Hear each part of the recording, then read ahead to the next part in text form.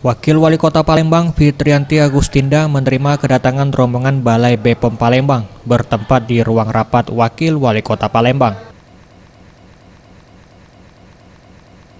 Fitrianti Agustinda, Wakil Wali Kota Palembang, mengatakan kedatangan BPOM Palembang ini dalam rangka bersilaturahmi bersama Pemkot Palembang serta bersinergi untuk menyusun program baru terkait pengawasan obat dan makanan berbahaya.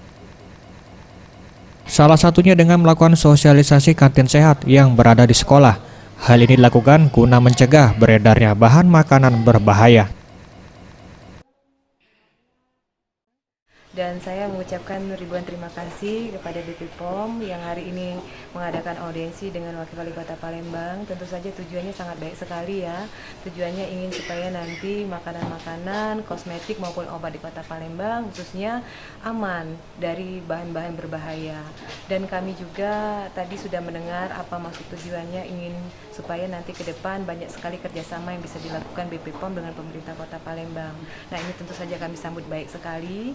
Nanti kami ingin sekali terlibat dalam kegiatan-kegiatan dari BPOM, terutama terkait masalah juga menjaga kantin-kantin yang ada di sekolah, supaya nanti ke depan anak-anak yang ada di Kota Palembang pun baik tingkat SD maupun SMP dan juga SMA nanti kantin-kantinnya aman, jauh dari barang-barang atau makanan-makanan yang mengandung zat berbahaya, terutama narkoba.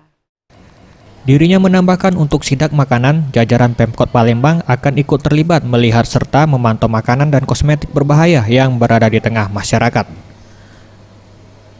Tim Liputan Sriwijaya TV.